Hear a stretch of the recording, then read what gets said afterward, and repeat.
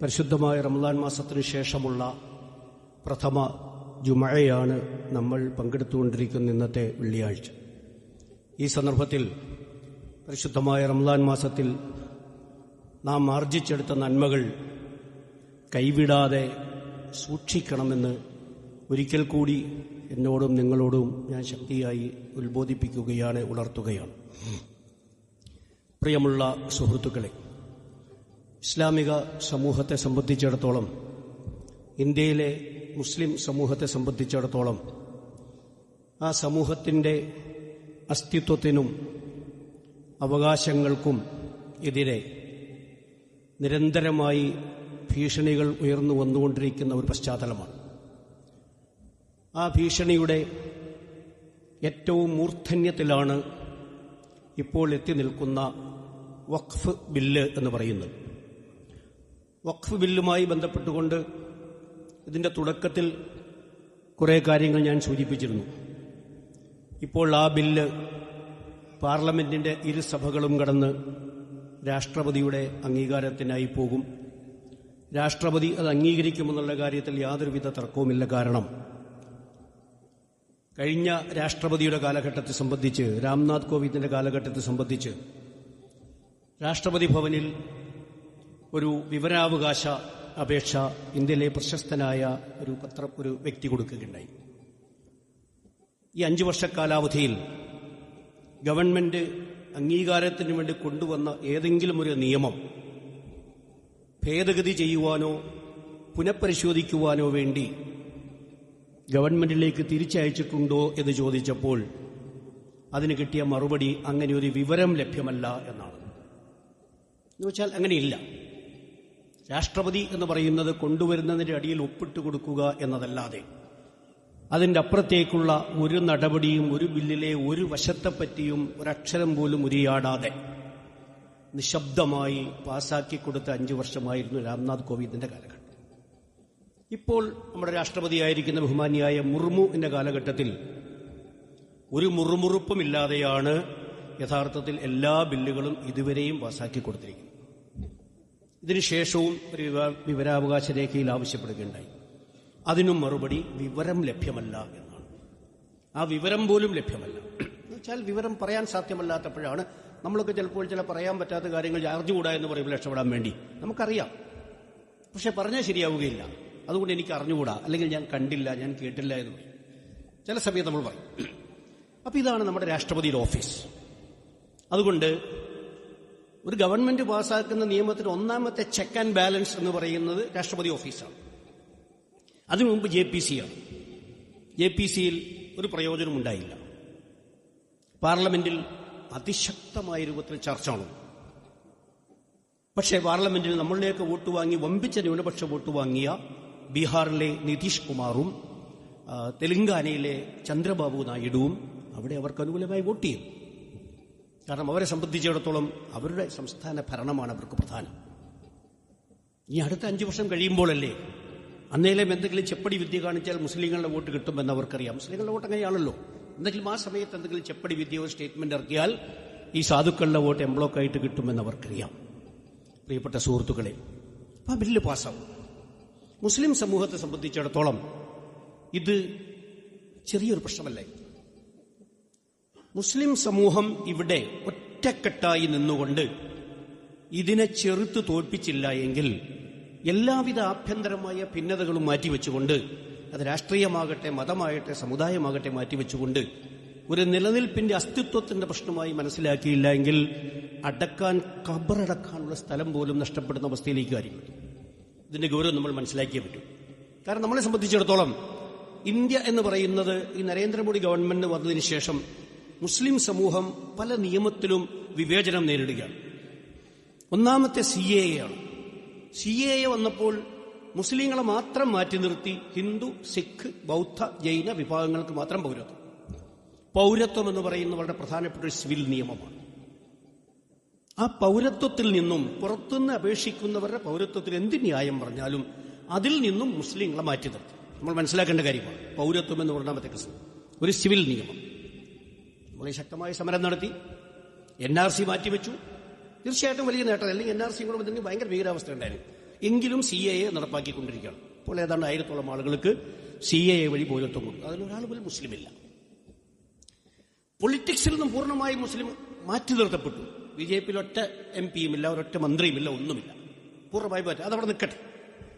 രണ്ടാമത്തെ നിയമം എന്ന് പറയുന്നത് യഥാർത്ഥത്തിൽ മുത്തലാഖ് നിയമമായി. മുത്തലാഖ് നിയമം കൊണ്ടുവന്ന് തലാഖ് എന്ന് പറയുന്നത് ഒരിക്കലും ഒരു ക്രിമിനൽ ഒഫൻസ് അല്ല. ഇന്ത്യയിലെ ഒരു സമുദായത്തിനും തലാഖ് ക്രിമിനൽ ഒഫൻസ് അല്ല. പക്ഷേ മുസ്ലിം സമുദായത്തെ സംബന്ധിച്ചിടത്തോളം അത് ക്രിമിനൽ ഒഫൻസ് ആക്കി മാറ്റി. വേറെ ആര് ഭാര്യയെ വിവാഹമോചനം ചെയ്താലും കോടതിയിൽ ഒരു ഫാമിലി സ്യൂട്ട് ഫയൽ ചെയ്യുക എന്നതല്ലാതെ, ഒരു സിവിൽ കേസ് ഫയൽ ചെയ്യുക എന്നുള്ളതല്ലാതെ അതിനെ ഭർത്താവിനെ അറസ്റ്റ് ചെയ്യുന്ന പരിപാടിയില്ല. പക്ഷേ മുസ്ലിം സമുദായത്തിൽപ്പെട്ട ഒരു വ്യക്തി മുത്തലാഖ് ചൊല്ലിയാൽ ആ വ്യക്തിയെ അറസ്റ്റ് ചെയ്ത് ക്രിമിനൽ നടപടിക്രമം സ്വീകരിക്കാവുന്ന അവസ്ഥ പച്ചയായ വിവേചനമാണ്. നമുക്കതിനെ ചെറുത്തോൽപ്പിക്കാൻ കഴിഞ്ഞില്ല. അപ്പൊ അവിടെ വന്നു. അത് കഴിഞ്ഞ് വന്നത് ക്രിമിനൽ ബുൾഡോസർ നിയമമാണ്. ബുൾഡോസർ എന്ന് പറയുന്ന പുതിയ പ്രവണത UP-യിൽ തുടങ്ങി, ഇപ്പൊ മധ്യപ്രദേശിലും മഹാരാഷ്ട്രയിലും എത്തി, AAP ഭരിക്കുന്ന പഞ്ചാബിലും എത്തിയിരിക്കുന്നു. പഞ്ചാബിൽ പിന്നെ മുസ്ലിങ്ങൾക്കെതിരെ അല്ല എന്നതാണ്. സുപ്രീം കോടതി ആവർത്തിച്ച് ആവശ്യപ്പെട്ടിട്ടും വീണ്ടും പൊളിച്ചുകൊണ്ട് അവസാനം സുപ്രീം കോടതിക്ക് 10 ലക്ഷം രൂപ വരെ ഫൈൻ ഇടേണ്ട അവസ്ഥ ഇന്നലത്തെ സുപ്രീം കോടതി ഉത്തരവിലുണ്ടായി. അപ്പോൾ ഒരു പുതിയ ഒരു ക്രിമിനൽ ബുൾഡോസർ. ഈ ബുൾഡോസർ ഉപയോഗിക്കുന്ന രണ്ടാമത്തെ രാജ്യമാണ് ഇസ്രായേലും മറ്റും ഇന്ത്യയും മാത്രം. ഇസ്രായേലാണ് ഫലസ്തീനികളുടെ വീടുകൾ തകർക്കാൻ വേണ്ടി ബുൾഡോസർ ഉപയോഗിക്കുന്നത്. രണ്ടാമത്തെ രാജ്യം ബുൾഡോസർ ഉപയോഗിക്കുന്നത് ഇന്ത്യയാണ്. മൂന്നാമത്തെ കേസ്. ഇപ്പൊ നാലാമത്തെ കേസ് വന്നിരിക്കുകയാണ് വഖഫ്. ഈ വഖഫിലും ഇത് തന്നെയാണ്. ഈ രാജ്യത്ത് പാർലമെന്റിൽ പലരും ചൂണ്ടിക്കാണിച്ചതുമാതിരി ബുദ്ധ, ജൈന, സിഖ്, പാർസി ഇവർക്കെല്ലാവർക്കും അവരവരുടേതായ എൻഡോമെന്റ് ആക്ട് ഉണ്ട്. ആ ആക്ടിൽ അവർക്ക് നൽകപ്പെട്ടിരിക്കുന്ന അവകാശങ്ങൾ പലതും ഇതിൽ മുസ്ലിങ്ങൾക്ക് നിഷേധിച്ചിരിക്കുകയാണ്. പച്ചയായ വിവേചനം. മുസ്ലിങ്ങൾക്ക് മാത്രം ഒരു പ്രത്യേകമായ എൻഡോമെന്റ് ആക്ട്. ബാക്കി എല്ലാവർക്കും ഹിന്ദുക്കൾക്കാകട്ടെ, ബുദ്ധർക്കാകട്ടെ, ജൈനർക്കാകട്ടെ, സിഖുകാർക്കാകട്ടെ, ഈ 4 വിഭാഗത്തിനും ഒരേ അവകാശങ്ങളായിരുന്നു ഇതുവരെ ഉണ്ടായിരുന്ന ആ എൻഡോമെന്റ് ആക്ടിൽ, വഖഫ് ആക്ടിൽ ഉണ്ടായിരുന്നു. അതിലേറ്റവും പ്രധാനപ്പെട്ടതാണ് വഖഫ് ബൈയൂസ് എന്ന് പറയുന്നത്. വഖഫ് ബൈയൂസ് കാലങ്ങളായി വഖഫായി ഉപയോഗിച്ചാൽ അത് വഖഫായി മാറും. അതിന് മറ്റ് ഡീഡുകളൊന്നും നോക്കേണ്ട കാര്യമില്ല, അതിന് രേഖകൾ നോക്കേണ്ട കാര്യമില്ല. പ്രിയപ്പെട്ട സുഹൃത്തുക്കളെ, ഇനി നമ്മളെ സംബന്ധിച്ചിടത്തോളം അത് നമുക്ക് മാത്രം, മറ്റവർക്ക് ഇപ്പോഴും അങ്ങനെ നിൽക്കുകയാണ്. നമ്മൾ മനസ്സിലാക്കേണ്ടതാണ്. ഹിന്ദു എൻഡോമെന്റ് ആക്ടിൽ ഇപ്പോഴും ബൈയൂസ് അങ്ങനെ നിൽക്കുകയാണ്. ഒരമ്പലം കാലങ്ങളായി പൂജ നടന്നുകൊണ്ടിരുന്നാൽ അവിടെ എന്ത് രേഖയും നമ്മൾ പോയിട്ടും ഒരു കാര്യവുമില്ല. ഒരു ഗുരുദ്വാര കാലങ്ങളായി ഗുരുദ്വാരയാണെങ്കിൽ, അവരുടെ ഒരു സ്ഥലമാണെങ്കിൽ, ജൈനരുടെ, സിഖുകാരനാണെങ്കിൽ അതിനൊരു മാറ്റവുമില്ല. നമ്മൾ മനസ്സിലാക്കേണ്ട കാര്യമാണ്. ഈ ക്ലോസ് മുസ്ലിങ്ങളുടെ വഖഫിൽ മാത്രമാണ് എടുത്തു കളഞ്ഞിരിക്കുന്നത്. By use and by oral. ഞാനിതിനു മുമ്പ് വിശദീകരിക്കാൻ ഉദ്ദേശിക്കുന്നില്ല.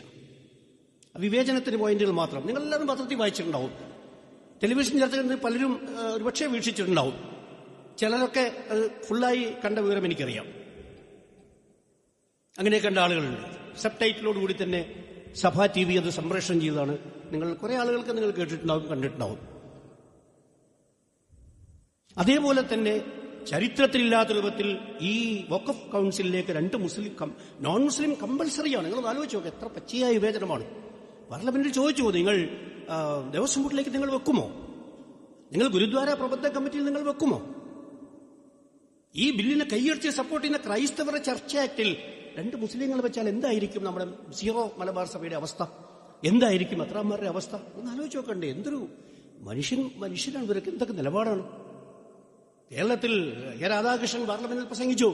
കേരളത്തിൽ ഒരിക്കൽ LDF ഗവൺമെന്റ് കൊണ്ടുവന്ന ഒരു ദേവസ്വം ബോർഡിൽ ഒരു വ്യക്തിയുടെ പേര് ക്രിസ്ത്യാനികളുടെ പേരിനോട് സാമ്യത ഉണ്ടായതിന്റെ പേരിൽ ഇവിടെ വലിയ പൊട്ടിത്തെറിയുണ്ടായി. ക്രിസ്ത്യാനിയല്ല അദ്ദേഹം, പക്ഷെ പേരിനോട് ക്രിസ്ത്യാനിയോട് ചില സാമീപ്യം തോന്നിയതിന്റെ പേരിൽ പൊട്ടിത്തെറിയുണ്ടായി. ഗവൺമെന്റിന് ക്ലാരിഫിക്കേഷൻ കൊടുക്കേണ്ടി വന്നു. അദ്ദേഹം ക്രിസ്ത്യാനിയല്ല, കാരണം റൂളിൽ ഹിന്ദു എന്ന് പ്രത്യേകം പറഞ്ഞിട്ടുണ്ട്. നിയമസഭാ സാമാജികനാണെങ്കിൽ അത് ഹിന്ദു ആയിരിക്കണം, പാർലമെന്റ് അംഗമാണെങ്കിൽ ഹിന്ദു ആയിരിക്കണം. ഒരു പേര് വന്നപ്പോൾ പൊട്ടിത്തെറിയുണ്ടായി. ദേവസ്വം ബോർഡിൽ 2 മുസ്ലിങ്ങൾ കേരളത്തിൽ വെച്ചാൽ എന്തായിരിക്കും ഈ രാജ്യത്തിലെ അവസ്ഥ? നമ്മളൊന്ന് ആലോചിച്ച് നോക്കുക. പക്ഷെ ഇതിൽ മുസ്ലിം നിർബന്ധമാക്കി വെച്ചിരിക്കുന്നു. സിഖ് ഗുരുദ്വാരയിലെ ഇതിൽ അവർ വെക്കാൻ തയ്യാറാവുമോ? ബുദ്ധറിൽ വെക്കാൻ തയ്യാറാവുമോ? ജൈനറിൽ വെക്കാൻ തയ്യാറാവുമോ? വെച്ചാൽ അവർ സമ്മതിക്കുമോ? അവരുടെ സമീപനം എന്തായിരിക്കും? അപ്പോൾ പ്രിയപ്പെട്ട സുഹൃത്തുക്കളെ, അതുകൊണ്ടാണ് ഉവൈസി പാർലമെന്റിൽ പറഞ്ഞത്, വേണമെങ്കിൽ സെൻട്രൽ വഖഫ് കൗൺസിലിനെ കേന്ദ്ര സർക്കാരിന് ഹിന്ദു ഭൂരിപക്ഷമാക്കാം, കാരണം മുസ്ലിംകളാകണമെന്ന് കമ്പൾസറി ഇല്ല എന്ന് അദ്ദേഹം കണക്കുകൾ നിരത്തിക്കൊണ്ട് വസ്തുനിഷ്ഠമായി സംസാരിച്ച് നിങ്ങൾ കേട്ടിട്ടുണ്ടാവും. വളരെ മനോഹരമായി അദ്ദേഹം അവതരിപ്പിച്ചു. സെൻട്രൽ വഖഫ് കൗൺസിലിന്റെ റൂൾ ഇതനുസരിച്ച് കേന്ദ്ര സർക്കാരിൽ നിക്ഷിപ്തമാണ്, അതിന്റെ ചില റൂളും നടപടിക്രമങ്ങളുമുണ്ട്. മുസ്ലിം ആയിരിക്കണമെന്ന ക്ലോസ് എടുത്തു കളഞ്ഞതോടുകൂടി ബാക്കി എല്ലാത്തിലും ഹിന്ദു ആയിരിക്കണം, സിഖ് ആയിരിക്കണം, മറ്റായിരിക്കണം എടുത്തു കളഞ്ഞതോടുകൂടി ഇനി ആരെയും കയറ്റി വെക്കാം. നമ്മളൊന്ന് ആലോചിച്ച് നോക്കാം, നമ്മുടെ പള്ളികൾ, ആരാധനാലയങ്ങൾ ഹിന്ദുക്കൾ ഭരിക്കുക എന്ന അവസ്ഥയിലേക്ക് വന്നാൽ പ്രിയപ്പെട്ട സുഹൃത്തുക്കളെ, എവിടെ എത്തി മതമെന്ന്, എവിടെ എത്തി മതേതരത്വം എന്ന് പറയുന്നു. അതുകൊണ്ട് ഞാൻ മതത്തിലേക്ക് കടന്നിരിക്കുന്നു.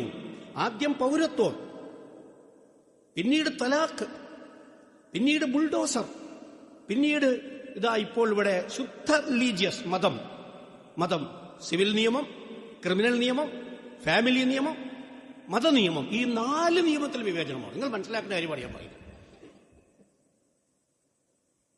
അതുകൊണ്ട് കമ്പൾസറിയായി വഖഫ് ബോർഡിൽ 2 അമുസ്ലിങ്ങളെ വെക്കണമെന്നാണ് പറയുന്നത്.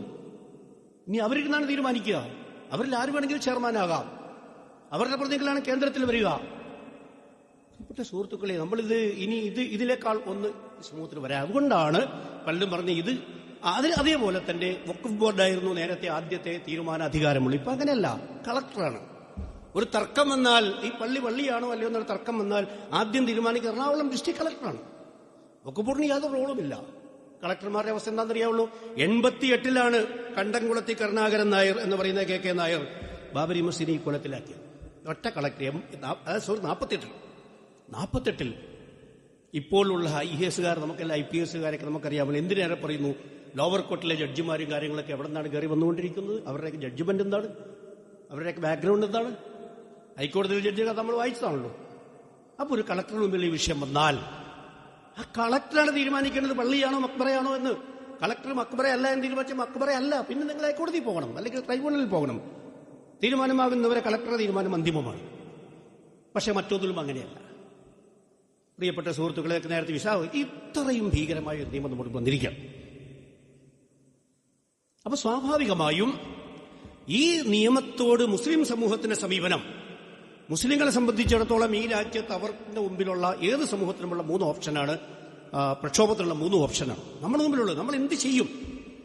നമ്മളോട് ആവശ്യപ്പെടുന്നത് വഅദ്ദൂലഹും മസ്തതഅതും മിൻ ഖുവ്വ, നിങ്ങൾ നിങ്ങളുടെ പ്രതിയോഗികളെ നേരിടാൻ വേണ്ടി നിങ്ങളെക്കൊണ്ട് സാധ്യമായ ശക്തി നിങ്ങൾ സമാഹരിക്കുക. സാധ്യമായ ശക്തി നിങ്ങൾ സമാഹരിക്കുക. കൂവത്തില്ലാത്ത ഒരു സമൂഹത്തിന് ഇജ്ജത്തുണ്ടാവുകയില്ല. പ്രിയപ്പെട്ട സുഹൃത്തുക്കളെ, ഇജ്ജത്തുണ്ടാകുന്ന കൂവത്തിൽ നിന്നുമാണ്. കൂവത്തിൽ നിന്നുമാണ് ഇജ്ജത്തുണ്ടാവുക, ഇജ്ജത്തിൽ നിന്നുമാണ് കൂവത്തുണ്ടാവുക. മസ്തതഅതും, നമ്മളെ സംബന്ധിച്ചിടത്തോളം ഒരു ജനാധിപത്യ രാജ്യത്ത് 3 സംവിധാനമാണ്. ഒന്ന് രാഷ്ട്രീയമാണ്, മറ്റൊന്ന് നിയമപരമാണ്, മറ്റൊന്ന് പ്രക്ഷോഭമാണ്. പക്ഷെ ഇവിടെ ഒരു കാര്യം സൂചിപ്പിക്കണം, രാഷ്ട്രീയം, മുസ്ലിം സമൂഹത്തിന് സ്വന്തമായ രാഷ്ട്രീയ അസ്തിത്വമില്ല എന്നതാണ് ഈ രാജ്യത്തിലെ ഏറ്റവും വലിയ പ്രശ്നം. ഇല്ല. ഭാരതം സ്വാതന്ത്ര്യം നേടിയപ്പോൾ അന്നത്തെ മുൻഗാമികൾ തീരുമാനിച്ചു, മുസ്ലിം സമൂഹം സ്വന്തമായി രാഷ്ട്രീയമായി സംഘടിക്കേണ്ടതേയില്ല. ഒന്ന് സംഘടിച്ച് പാകിസ്ഥാൻ നേടിയതുകൊണ്ട് ഇനി സംഘടിച്ചാലും പ്രശ്നമാകും എന്ന് വെച്ചാൽ, ചുടുവെള്ളത്തിൽ ചാടിയ പൂച്ച ഇനി പച്ചവെള്ളമേ കുടിക്കേണ്ടതില്ല എന്ന് തീരുമാനിച്ച് മരിച്ചുപോയ മാതിരി. ചുടുവെള്ളത്തിൽ കുടിച്ചാടി ചത്തു, അടുത്ത പൂച്ചകൾ ഇനി പച്ചവെള്ളം പോലും കുടിക്കേണ്ടതില്ല. അന്ന് മുസ്ലിം ലീഗ് ഉണ്ടാക്കി പാകിസ്ഥാൻ നേടിക്കൊണ്ടുപോയതുകൊണ്ട് ഇനി ഇവിടെ മറ്റൊരു സംഘടിച്ചിട്ടുണ്ടെങ്കിൽ പ്രശ്നമാകും. വേറൊരു ഭാഗമല്ല മുസ്ലിങ്ങൾ സ്വന്തമായി കാരണം അവർക്ക് ചില അവകാശങ്ങളുണ്ട്. മുസ്ലിങ്ങൾക്ക് 2 രൂപത്തിൽ സംഘടിക്കാമോ, ഒന്നുകിൽ ആദർശപരമായി സംഘടിക്കാമായിരുന്നു. ഇസ്ലാമിക മൂല്യം ഉയർത്തിപ്പിടിച്ചുകൊണ്ടുള്ള ഒരു ശക്തമായ പൊളിറ്റിക്കൽ ശക്തിയായ രാജ്യത്ത് മുസ്ലിങ്ങൾക്ക് വരാമായിരുന്നു. പോട്ടെ, അതിന് ധൈര്യമില്ലെങ്കിൽ മുസ്ലിങ്ങൾക്ക് ചില അവകാശങ്ങളുണ്ട്, അവർക്ക് ചില പ്രശ്നങ്ങളുണ്ട്. ആ പ്രശ്നങ്ങൾ പരിഹരിക്കണമെങ്കിലും അവർ തന്നെ ഫൈറ്റ് ചെയ്തേ പറ്റൂ. ആ പ്രശ്നങ്ങൾ നമ്മൾ മറ്റുള്ള പാർട്ടികൾക്ക് ഔട്ട്സോഴ്സ് ചെയ്യുകയല്ല വേണ്ടത്. നമ്മൾ ഔട്ട്സോഴ്സ് ചെയ്ത് കോൺഗ്രസിന്. ആബസാദിനെ പോൽ മൗലാന അബുൽ കലാം ആസാദ് ലോകപ്രശസ്തനായ പണ്ഡിതനാണ്. അന്ന് അദ്ദേഹത്തിന്റെ പ്രശസ്തമായ ഒരു വാക്കുണ്ട്, നിങ്ങളിൽ ആരെങ്കിലും ഒരു മുസ്ലിമെങ്കിലും ഈ രാജ്യത്ത് സ്വതന്ത്രമായ ഒരു രാഷ്ട്രീയ സംഘാടനം ആവശ്യമാണ് എന്ന് വാദിക്കുന്നുണ്ടെങ്കിൽ അവർക്കിപ്പോൾ തന്നെ പാകിസ്ഥാനിലേക്ക് പോകാം. ആസാദ് പറഞ്ഞതാണ്. ആസാദ് ഞാൻ ബഹുമാനിക്കുന്നു, പക്ഷേ ഇതൊരു അങ്ങേയറ്റത്തെ ഒരു നിലപാടായി. അതുകൊണ്ട് സംഘടിക്കേണ്ടതില്ല, സംഘടിച്ചാൽ പ്രശ്നമാകും. പിന്നെ നിങ്ങൾ മൊത്തം കോൺഗ്രസിനെ പിന്തുണയ്ക്കുക, കോൺഗ്രസിനെ കൂടെ നിൽക്കുക എന്ന നിലപാട് സ്വീകരിക്കും. ഞാൻ കോൺഗ്രസിനെ പറ്റി പറയാൻ വേണ്ടി അല്ലാതെ പറയുന്നോട്ട് തെറ്റിദ്ധരിക്കരുത്. പക്ഷെ മറുഭാഗത്ത് സംഘടിക്കണമെന്ന തീരുമാനമുണ്ടായി. അവശിഷ്ട മുസ്ലിം ലീഗിന്റെ ആളുകൾക്ക് സംഘടിക്കുമെന്ന തീരുമാനമുണ്ടായി. അവർ അലീഗറിൽ യോഗം ചേർന്നു. വലിയ ചർച്ച നടന്നു. ചർച്ച നടന്നപ്പോൾ എങ്ങനെ സംഘടിക്കണം? പഴയ മുസ്ലിം ലീഗിന്റെ ബാക്കിയായി സംഘടിക്കണോ, സ്വതന്ത്രമായി സംഘടിക്കണോ? പല വിവേകശാലികളും പറഞ്ഞു, ചരിത്രത്തിന്റെ ഭാരം നമ്മൾ പേറരുത്, നമ്മൾ സ്വതന്ത്രമായി സംഘടിക്കണം. സ്വതന്ത്രമായ പേര്, സ്വതന്ത്രമായ കൊടി, സ്വതന്ത്രമായ ലക്ഷ്യം, ഇന്ത്യൻ പേര് ഒക്കെ സ്വീകരിച്ചുകൊണ്ട്, ഒരു സെക്യുലർ പേര് സ്വീകരിച്ചുകൊണ്ട് സംഘടിക്കണം. പക്ഷേ പഴയ ഹാങ് ഓവർ മാറിയിട്ടില്ലാത്ത ആവേശ കമ്മിറ്റിക്കാർ, വികാരജീവികൾ അവിടെ എഴുന്നേറ്റെന്ന് പറഞ്ഞല്ല, നമ്മൾ സംഘടിക്കുകയാണെങ്കിൽ മുസ്ലിം ലീഗ് എന്നുള്ള പേരിൽ തന്നെ സംഘടിക്കണം. ഞാനിപ്പോൾ പറയുകയാണ് പ്രിയപ്പെട്ട സുഹൃത്തുക്കളെ, ആ മുസ്ലിം ലീഗ് എന്ന പേരിൽ സംഘടിച്ച് ആ പച്ചപ്പതാകയും സ്വീകരിച്ചതാണ്. നിങ്ങൾ ആരും തെറ്റിദ്ധരിക്കരുത്. ഉത്തരേന്ത്യയെ മൊത്തത്തിൽ ഒരു പഴയ പാകിസ്ഥാൻ ലീഗിന്റെ പ്രതീതിയോടുകൂടി കാണാനും അവർ കേരളത്തിൽ മാത്രം ഒതുങ്ങിപ്പോകാനുമുള്ള കാരണം അന്ന് ആ ചരിത്രത്തിന്റെ ഭാരമുള്ള പേരും പതാകയും സ്വീകരിച്ചതാണ്. ഞാൻ ലീഗിനെ കുറ്റപ്പെടുത്തല്ല കേട്ടോ. ചില ചരിത്ര യാഥാർത്ഥ്യങ്ങൾ പറയുമ്പോൾ ചില സാമൂഹികമായ അനാലിസിസ് നിങ്ങളാരും തെറ്റിദ്ധരിക്കരുത്. ഇതൊരു ലീഗിന് മാത്രം ബാധകമായ കാര്യവുമല്ല. ചരിത്രത്തിന്റെ ഭാരമുള്ള പേരുകൾ ഉപേക്ഷിക്കലായിരുന്നു പലർക്കും നല്ലത്. ആ ചരിത്രത്തിന്റെ ഭാരമുള്ള പേരും അതേ പച്ചപ്പതാകയും മുസ്ലിം ലീഗ് സ്വീകരിച്ചു വന്നതോടുകൂടി അവർ പഴയതിന്റെ ബാലൻസ് ആണ് എന്ന് തോന്നി. അങ്ങനെയാണ് ആ സമയത്ത് ബംഗാളിലും മഹാരാഷ്ട്രയിലും യു പിയിലും ഒക്കെ 10, 20, 30 MLA ഉണ്ടായിരുന്ന പാർട്ടി ക്രമേണ ചുരുങ്ങി കേരളത്തിലേക്ക്, വിഭജനമില്ലാത്ത കേരളത്തിലേക്ക്, വിഭജിക്കപ്പെടാത്ത ഏക സംസ്ഥാനം കേരളം.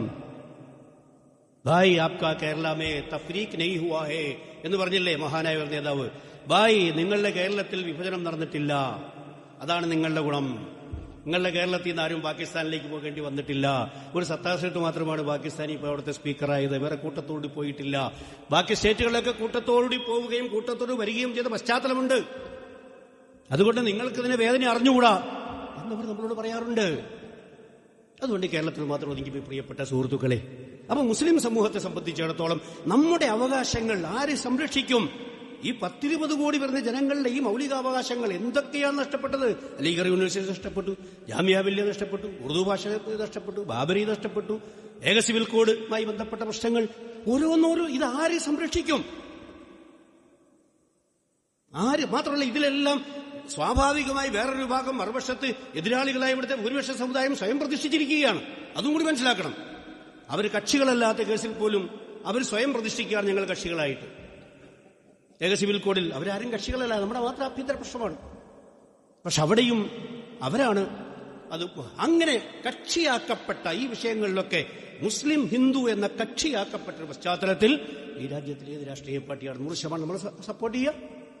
അപ്പൊ നമ്മളെ സംബന്ധിച്ചിടത്തോളം നിങ്ങൾ ആദ്യം നിങ്ങളുടെ അവകാശത്തിന് വേണ്ടി പൊരുത്തണം. അതുകൊണ്ട് വാഴിദ്ദൂലവും നിങ്ങളുടെ അവകാശത്തിൽ വാഴത്തസിമുബിഹബിലില്ലാഹി ജമീഅ, നിങ്ങൾ അള്ളാഹുവിന്റെ ഭാഷത്തെ മുറുക്കെ പിടിക്കുക. വലാ തനാസഉ, നിങ്ങൾ ഭിന്നിക്കരുത്. നിങ്ങളുടെ അവകാശം നിങ്ങൾ പൊരുതിയെങ്കിൽ മാത്രമേ, തല്ലുകൊണ്ട നിങ്ങൾ കരഞ്ഞെങ്കിൽ മാത്രമേ വഴിപോക്കൻ എന്താണ് എന്ന് ചോദിക്കൂ, അല്ലെങ്കിൽ ചോദിക്കില്ല. നിങ്ങൾ ആശുപത്രിയിൽ പോയെങ്കിൽ മാത്രമേ നിങ്ങൾക്ക് ഡോക്ടർ നിങ്ങളെ ചികിത്സിക്കൂ. വീട്ടിൽ കിടന്ന് നിങ്ങളെ വന്ന് ചികിത്സിക്കില്ല. നമ്മളെ സംബന്ധിച്ചോ നമ്മളെ ചെയ്തില്ല. അതുകൊണ്ട് നമുക്കിന്നൊരു പൊളിറ്റിക്കൽ ലീഡർഷിപ്പ് ഇല്ല. ഇവിടെയാണ് പ്രശ്നം. ഈ വഖഫിന്റെ വിഷയം ഇത്രയുമായിട്ട് പോലും ഒരു കാര്യക്ഷമമായ ഒരു ആക്ഷൻ പ്ലാൻ ഉണ്ടാക്കാൻ നമുക്ക് കഴിഞ്ഞിട്ടില്ല. വഖഫ് ബില്ല് പാസ്സാകുന്നതിന്റെ തലേ ദിവസമാണ് ഒരു ജന്തർ മന്ദറിൽ ഒരു ധർണ നടത്തി. അതുപോലും 3 ദിവസം ഡേറ്റ് മാറ്റിവെച്ചതിന് ശേഷമാണ്. ആദ്യം 10, പിന്നെ 13, പിന്നെ 17. വലോ തവാഅത്തും ലഖ്തലഫ്തു ബിൽ മിആദ് എന്ന് ബദറിൽ പറഞ്ഞില്ലേ, നിങ്ങൾക്ക് അവധി നിശ്ചയിക്കാൻ അവസരം തന്നാൽ നിങ്ങൾ അവധി മാറ്റിക്കൊണ്ടേയിരിക്കും. ബദറിൽ അല്ലാഹു തആല അവധി നിശ്ചയിക്കാൻ അവസരം കൊടുത്തില്ല. കൊടുത്താൽ നിങ്ങൾ മാറ്റിക്കൊണ്ടേയിരിക്കും. ഇതുവരെയും നമുക്കൊരു ആക്ഷൻ പ്ലാൻ ഉണ്ടായിട്ടില്ല. നമ്മുടെ അവസ്ഥ. അപ്പൊ നമ്മളെ സംബന്ധിച്ചിടത്തോളം മുസ്ലിം സമൂഹം ഒരു ഭാഗത്ത് ഇവിടുത്തെ മതേതര പ്രസ്ഥാനങ്ങൾ സാധ്യമായത്ര അവർ സപ്പോർട്ട് ചെയ്യാൻ സംശയമൊന്നുമില്ല. ഈ വിഷയത്തിൽ പാർലമെന്റിൽ അതിശക്തമായ രൂപത്തിൽ അവർ നിലപാട് സ്വീകരിച്ചതിൽ വളരെ സന്തോഷമുണ്ട്, യാതൊരു സംശയവുമില്ല. ഒരുപാട് സമ്മർദ്ദങ്ങൾ ഉണ്ടായിട്ടും അതിലേക്ക് അതിജീവിച്ചുകൊണ്ട് പാർലമെന്റിൽ പ്രതിപക്ഷ പ്രസ്ഥാനങ്ങൾ വളരെ ശക്തമായ നിലപാട് സ്വീകരിച്ചു. നമുക്ക് വളരെ പ്രതീക്ഷയുള്ള കാര്യമാണ്, സംശയമൊന്നുമില്ല. ഞാനതിനെ ഒട്ടും കുറച്ച് കാണുന്നില്ല. അതോടൊപ്പം നിയമപോരാട്ടം നടത്തണം. പക്ഷെ നിയമപോരാട്ടം എന്ന് പറയുന്നത് സുപ്രീം കോടതി എന്ന് പറഞ്ഞ് ലീഗൽ ഇവേഷൻ എന്ന് പറയുന്നത് ഇന്നത്തെ ലീഗൽ ഫ്രണ്ടിലെ പ്രധാനപ്പെട്ട പദമാണ്. ദേശീയ വലിയ പ്രഗത്ഭരായ അഭിഭാഷകർ പറയുന്നു, നിയമപരമായ ഒഴിഞ്ഞുമാറൽ. സുപ്രീം കോടതി പോളിസി ഒഴിഞ്ഞുമാറൽ. കാശ്മീർ വിഷയം ഇതേവരെയും തീരുമാനമായിട്ടില്ല. CAA വിഷയം ഇതേവരെയും തീരുമാനമായിട്ടില്ല. ആരാധനാലയ സംരക്ഷണ നിയമം ഇതേവരെയും തീരുമാനമായിട്ടില്ല. ഒഴിഞ്ഞുമാറുകയാണ്. മുഖാമുഖം വരുന്ന വിഷയങ്ങളിൽ ഒഴിഞ്ഞു മാറിപ്പോവുകയാണ്, നീട്ടിവെക്കുകയാണ്. നീട്ടിവെച്ച് ഒഴിഞ്ഞു മാറി തന്ത്രപരമായി രക്ഷപ്പെട്ടു പോകുന്ന ഒരു പുതിയ പ്രവണത ഇവിടെ നിയമവൃത്തങ്ങളിൽ ഉന്നത ജുഡീഷ്യറിയിൽ വരെയും ഉണ്ടായിരിക്കുന്നു എന്ന് വളരെ പ്രഗത്ഭരായ സുപ്രീം കോടതിയിലെ സീനിയർ മോസ്റ്റ് അഭിഭാഷകർ തന്നെ വളരെ വിശദമായി വലിയ ദേശീയ മാധ്യമങ്ങളിൽ വെണ്ടയ്ക്കാനിരത്തി ലേഖനവും ഹെഡിങ് കൊടുത്തു എഴുതിക്കൊണ്ടിരിക്കുന്ന കാലഘട്ടമാണ്. അതൊരു രഹസ്യമായ കാര്യമൊന്നുമല്ല. ബാബരി മസ്ജിദ് നമ്മൾ കണ്ടതാണ്. ബാബരി മസ്ജിദ് എങ്ങനെയാണ് സുപ്രീം കോടതി ചീഫ് ജസ്റ്റിസിനെതിരെ 2018 ലൈംഗികാരോപണം വരുന്നു, 2019 ജഡ്ജ്മെന്റ് വരുന്നു. ആ ലൈംഗികാരോപണത്തിൽ കേന്ദ്ര സർക്കാർ മുറുക്കി പിടിച്ചിരുന്നുവെങ്കിൽ അദ്ദേഹത്തിന്റെ ചീഫ് ജസ്റ്റിസ് സ്ഥാനം പോലും അവതാളത്തിലാകുമായിരുന്നു. പലരും ചൂണ്ടിക്കാണിച്ചു അദ്ദേഹത്തെ സമ്മർദ്ദത്തിലാക്കി ജഡ്ജ്മെന്റ് അനുകൂലമാക്കാൻ വേണ്ടി ഗവൺമെന്റ് കളിച്ച കളിയാണ് എന്നുവരെയും തന്നെ ചൂണ്ടിക്കാണിച്ചു. ആലോചിച്ചു നോക്കാം. അപ്പൊ സുപ്രീം കേസ് നടത്തണ്ടെന്നല്ല പറയുന്നത്, തീർച്ചയായിട്ടും നടത്തണം. പക്ഷെ നമ്മൾ ഇവിടുത്തെ മതേതര രാഷ്ട്രീയ പ്രസ്ഥാനങ്ങളുടെയും കോടതിയുടെയും മാത്രം പിൻബലത്തിൽ ബാബരി മസ്ജിദിൽ കൈയും കെട്ടിയിരുന്നതുമാതിരി കൈയും കെട്ടിയിരുന്നാൽ ഇവിടെ വിജയിക്കാൻ പോകുന്നില്ല. കാരണം ഇവിടത്തെ ജനകീയമായ പ്രക്ഷോഭത്തിന്റെ ആ ഒരു പ്രതിധ്വനി ഇവിടത്തെ കോടതികളിലും ഉണ്ടാകും. ഇല്ലെങ്കിൽ കോടതികൾ നിസ്സംഗമായി മുമ്പോട്ട് പോകും. ബാബരി മസ്ജിദ് സംഭവിച്ചതാണ്. നമുക്ക് ബാബരി മസ്ജിദ് സംരക്ഷിക്കാൻ കഴിഞ്ഞില്ല എന്നുള്ളതാണ് ഈ രാജ്യത്തിലെ ഏറ്റവും വലിയ പരാജയം. ആ പരാജയം വഖഫിനുണ്ടാകാതിരിക്കണമെങ്കിൽ ഈ ലീഗൽ ആക്ഷൻ നമ്മൾ എടുക്കണം, പൊളിറ്റിക്കൽ പിന്തുണ നേടണം. മുസ്ലിം സമൂഹം സമാന ചിന്താഗതിക്കാരെ കൂട്ടിക്കൊണ്ട് അതിശക്തമായ ജനാധിപത്യപരമായ ദേശീയ പ്രക്ഷോഭം, അതിൽ അല്പസ്വല്പമൊക്കെ ത്യാഗവും നഷ്ടവുമൊക്കെ ഉണ്ടാകും, സംശയമൊന്നുമില്ല. അതിന് തയ്യാറാകണം. അതിന് പറ്റിയ നേതൃത്വം രംഗത്ത് വന്നുകൊണ്ട് രാജ്യവ്യാപകമായ മുസ്ലിം മാസ് ആൻഡ് സെക്കുലർ മാസിനെ മൊബിലൈസ് ചെയ്തുകൊണ്ടുള്ള ഒരു ശക്തമായ ജനകീയമായ സമരമുള്ള മൂന്നാമത്തെ ഓപ്ഷൻ സ്വീകരിച്ചെങ്കിൽ മാത്രമേ രാഷ്ട്രീയ പ്രസ്ഥാനങ്ങളും കോടതികൾ പോലും ആ വിഷയത്തിൽ ഒരു ഉചിതമായ നീതിക്കനുകൂലമായ തീരുമാനത്തിലുണ്ടാകുന്ന ഒരു പൊളിറ്റിക്കൽ ഒരു പ്രഷർ, ഒരു സോഷ്യൽ പ്രഷർ. പ്രിയപ്പെട്ട സുഹൃത്തുക്കളെ, മുസ്ലിം സമൂഹത്തെ സംബന്ധിച്ച് ഇപ്പോഴും ഇതൊന്നും ഞങ്ങൾക്ക് പ്രശ്നമല്ല. ഇപ്പോഴും BJPയിൽ ചേർന്ന് നടക്കുന്ന അബ്ദുള്ള കുട്ടിമാർ, അബ്ദുസലാമാർ നമ്മുടെ സമുദായത്തിലുണ്ട് എന്നുള്ളൊരു വിഷയം വേറെ. സ്വന്തം നിക്ഷിപ്ത താല്പര്യങ്ങൾക്ക് വേണ്ടി 10,000-കണക്കിന് ആളുകളുടെ രക്തം പുരണ്ട കൈപിടിച്ചു കുലുക്കാൻ തയ്യാറാകുന്ന നേതാക്കന്മാരും പണ്ഡിതന്മാരും ഒക്കെ ഉള്ള ഒരു സമുദായമാണ് നമ്മൾ മനസ്സിലാക്കണം. ഇവർക്കൊക്കെ താല്പര്യങ്ങൾ മാത്രമാണ്. അല്ലാഹു ഇതെല്ലാം കണ്ടുകൊണ്ടായിരിക്കുന്നു. ഇത്രയും രക്തം പുരണ്ട് കൈ പിടിച്ചു കുലുക്കാൻ എങ്ങനെയാണ് ഒരു മുസ്ലിം നേതൃത്വത്തിന് കഴിയുക? സ്വന്തം താല്പര്യങ്ങൾക്ക് വേണ്ടി നമ്മളത് ആലോചിച്ച് നോക്കുക. ഇവർക്കൊന്നും ഒരു പ്രശ്നമല്ല ഇതൊന്നും. പക്ഷേ ബഹുഭൂരിഭാഗം മുസ്ലിങ്ങളും അങ്ങനെയല്ല. അതുകൊണ്ടാണ് നമ്മൾ പറയുന്നു ഇത് വളരെ ശക്തമായ ഒരു ജനകീയ പ്രക്ഷോഭത്തിലേക്ക് മാറിയേ പറ്റൂ. മറുഭാഗത്ത് ക്രൈസ്തവ സമൂഹത്തിൽ എടുത്തു നോക്കുക. അവർ പച്ചയായി അനീതിക്ക് സർക്കാരിന് കൂട്ടുനിൽക്കുകയാണ്. എന്തിനു വേണ്ടി? നമുക്കെല്ലാവർക്കും അറിയാം, അവരുടെ മുമ്പിൽ വലിയ വാൾ ED ആൻഡ് FCR എന്ന് പറയുന്ന 2 വാൾ അവരുടെ തലയിൽ തൂങ്ങി നിൽക്കുകയാണ്. ഇന്നത്തെ വാർത്ത എന്താണ്? ഗോകുലം ഗോപാലന്റെ ഓഫീസിൽ ED കയറി എന്നുള്ളതാണ്. എന്താണ് പ്രശ്നം? അദ്ദേഹമാണ് എമ്പുരാൻ എന്ന സിനിമയുടെ പകർപ്പവകാശം എടുത്തിരിക്കുന്ന അദ്ദേഹമാണ്. എമ്പുരാൻ എന്ന സിനിമയുടെ പകർപ്പവകാശം എടുത്തിരിക്കുന്ന ഗോകുലം ഗോപാലനാണ്. ഗോകുലം ഗോപാലൻ പലിശക്കാരൻ, വിഷയം വേറെ. പക്ഷെ ഇന്ന് അദ്ദേഹത്തിന്റെ വീട്ടിൽ ED. ഇതാണ് ഈ രാജ്യത്തിന്റെ അവസ്ഥ. EDയും FC ഫോറിൻ കോൺട്രിബ്യൂഷൻ ആക്ടും സഭയുമായി ബന്ധപ്പെട്ട പ്രശ്നങ്ങളും അവരുടെ ആസ്തി സംരക്ഷണവും ഒക്കെ അതുകൂടി മനസ്സിലായി. 2014 മദ്രാസ് ഹൈക്കോടതി ചർച്ച് ആക്ട് വേണമെന്ന് പറഞ്ഞപ്പോൾ അതിശക്തമായി എതിർത്തവരാണ്. ചർച്ച് ആക്ടേ പാടില്ല, ചർച്ച് ഞങ്ങളുടെ പരമാധികാരമാണ്, ചർച്ച് ആക്ട് പോലും പാടില്ല എന്ന് പറഞ്ഞ് ശബ്ദിച്ചവരാണ് മുസ്ലിം പക്ഷത്തിൽ വഖഫിൽ ഈ കൈകടത്തലിനെ സപ്പോർട്ട് ചെയ്തിരിക്കുന്നത്. നമ്മളത് ആലോചിച്ച് നോക്കുക. എന്തിനു വേണ്ടി? ഇവിടുത്തെ സംഘപരിവാറിന് സപ്പോർട്ട് നേടിയെടുത്തുകൊണ്ട് സ്വന്തം ബാധ്യത സംരക്ഷിക്കുക, സ്വന്തം നേരെ വരുന്ന കേസുകളിൽ നിന്നും അവർ ഊരി രക്ഷപ്പെടുക, സ്വന്തം പ്രതിസന്ധിയിൽ രക്ഷപ്പെടുക, അതിന് അവർ സപ്പോർട്ട് ചെയ്യുക. മിത്രത്തിന്റെ ശത്രുവും ശത്രു നേരെ തിരിച്ച് മിത്രത്തിന്റെ ശത്രുവും ശത്രു എന്ന കോലത്തിൽ. പക്ഷേ വിരോധാഭാസം ഇന്നലെ രാത്രി, മിനിയാന്ന് രാത്രി വഖഫ് ബിൽ അംഗീകരിച്ചു, അതിന് സപ്പോർട്ട് ചെയ്തു, പ്രകടനം നടത്തി. പക്ഷേ രാത്രി തന്നെ മധ്യപ്രദേശിൽ ഭീകരമായ പുരോഹിതന്മാർക്കെതിരെ ആക്രമണമുണ്ടായി. വഖഫ് ബില്ലിനെ എതിർത്തുകൊണ്ട് പ്രസംഗിച്ച MP-മാർ നേരെ പുറത്തേക്കിറങ്ങി വന്നത് മധ്യപ്രദേശിലെ ക്രൈസ്തവ പുരോഹിതന്മാരെ മർദ്ദിക്കുന്നതിനെതിരെ പ്രതിഷേധിക്കാൻ വേണ്ടിയാണ്. നമ്മളത് ആലോചിച്ച് നോക്കുക. ഇതാണ് വിരോധാഭാസം. പണ്ടൊക്കെ തമ്പുരാൻ, പിന്നെ ഇപ്പൊ തമ്പുരാൻ ഉടനെ എന്നുള്ള രൂപത്തിലാണ്.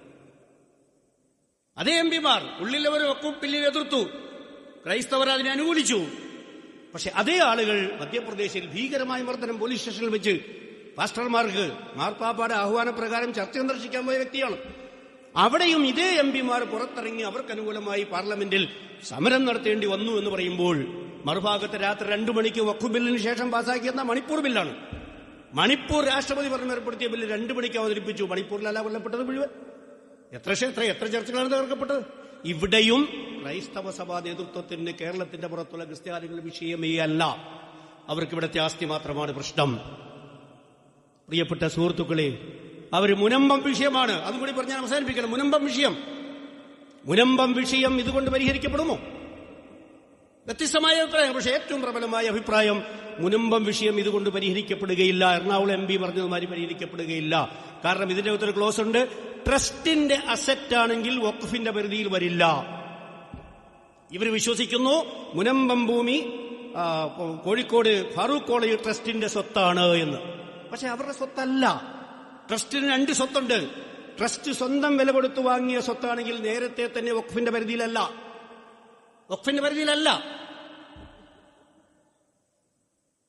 വഖഫ് ബോർഡിൽ രജിസ്റ്റർ ചെയ്താൽ പോലും അത് വഖഫിന്റെ ക്രയവിക്രയം ചെയ്യാം, കുഴപ്പമൊന്നുമില്ല.